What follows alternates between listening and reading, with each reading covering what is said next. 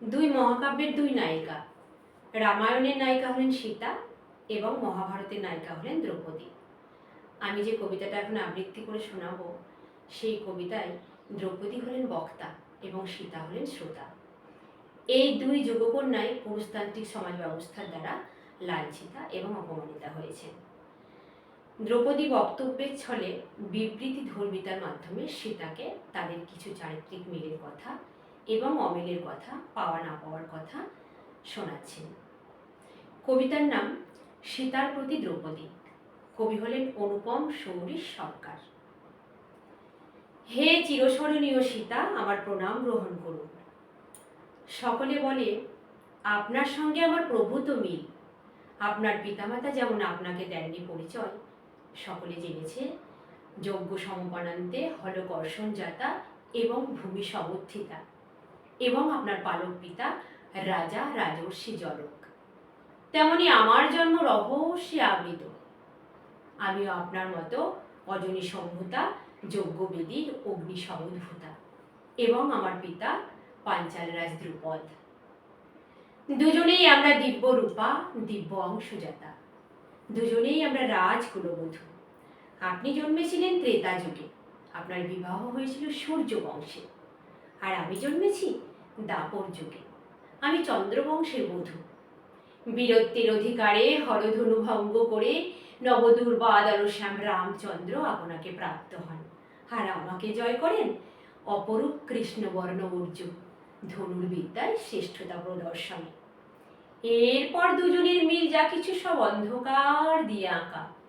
রাজবধূ হয়েও দুজনেই যাপন করেছি বনবাসীর জীবন। লঙ্কুর রাবণ কর্তৃক অপহৃত হন আপনি। সেই অপহরণ ছলনা লাঞ্ছনা দিয়ে আঁকা। নারীত্ব সতীত্বের অপমানে আপনার প্রতিটি প্রহর হয়েছে বেদনাবিদ্ধ, রক্তক্ষরণ ক্লান্ত। আমিও আপনার মতো প্রকাশ্য রাজসভায় লাঞ্ছিত, অপমানিত।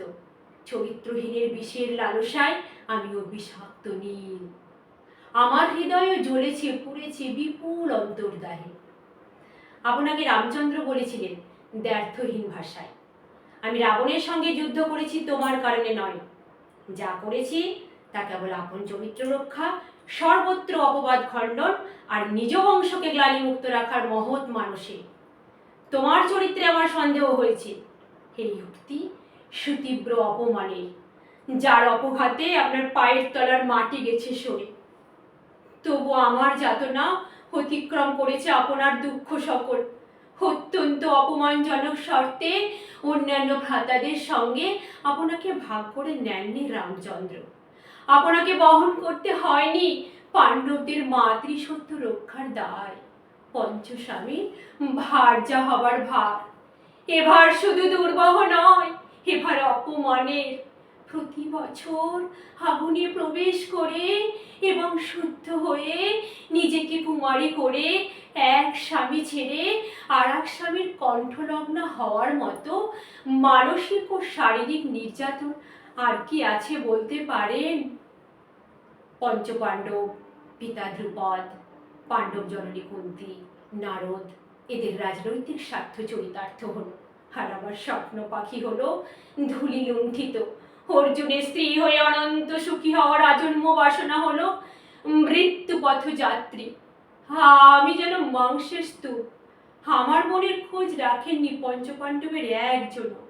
তারা শুধু কর্তব্য করেছেন আমার প্রতি অক্ষরে অক্ষরে, আর ভালোবাসার জন্য বেছে নিয়েছেন আপন মানুষই। যুধিষ্ঠির দেবিকাকে, ভীম হিড়িম্বা বলাঙ্গনাকে, অর্জুন উলুপি চিত্রাঙ্গদা সুভদ্রাকে, নকুল করেনুমতিকে, আর সহদেব বিজয়াকে। সীতা দেবী, আমার মনস্তাপ অকল্পনীয়। নিয়তি আমার জন্য আরো মর্মঘাতী যন্ত্রণার ব্যবস্থা করলেন। আপনাকে শুনতে হয়নি আপনার পুত্রদের মৃত্যু সংবাদ, আর আমার পঞ্চপুত্র প্রতিবিন্ধ, সুতসোম, সুতকর্মা, শতানী, সুতসেনকে হত্যা করলো ওই পাপিষ্ট অশ্বত্থামা। পঞ্চপুত্রের মৃত্যুতে নিভে গেল আমার শেষ আলোটির শিখা, ঝরে গেল আমার শেষ আশা তরুটির পাতা, খসে গেল আমার শেষ পাখিটির ডানা। তারপর কি বা থাকে বাকি? থাকে শুধু মহাপ্রস্থানে যাওয়া আর মৃত্যুর মাঝে শান্তি খুঁজে পাওয়া। এই মুহূর্তে মৃত্যু আমার আসন্ন, ওই চলে যায় পঞ্চপাণ্ডব দূর থেকে দূরে। এই মুহূর্তে মনে পড়ছে আমাদের দুই যুগকন্যার আরও একটা চারিত্রিক মিলের কথা। হ্যাঁ, আপনার মতো আমিও প্রতিবাদী। বস্ত্রহরণকালে আমিও উচ্চ কণ্ঠে প্রতিবাদ জানিয়েছি পুরুষের অন্যায়ের বিপক্ষে, রুখে দাঁড়িয়েছি ধর্মের নামে নারী ধর্ম ভুলুণ্ঠিত করার অপপ্রয়াসের বিরুদ্ধে। কিন্তু আপনার মতো সূক্ষ্ম প্রতিবাদ করতে পারলাম কই?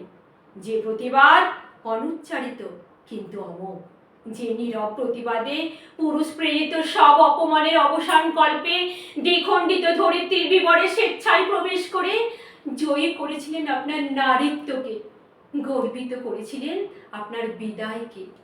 সেই দৃঢ়তা আমি অর্জন করতে পারলাম কই? অতএব আমার জীবনের শেষ সময়টুকু সাক্ষ্য হয়ে রইল এক নারী জীবনের পরাজয়ের, এক নারী হৃদয়ের যন্ত্রণার। অপাঙ্ক্তের মতো পঞ্চপাণ্ডবের পিছনে হাঁটতে হাঁটতে হাঁটতে এক সময় পতিত ও পরিত্যক্ত হলাম। এভাবে আমার মৃত্যু সাক্ষ্য হয়ে রইল সুবিপুল অগৌরবের হায়।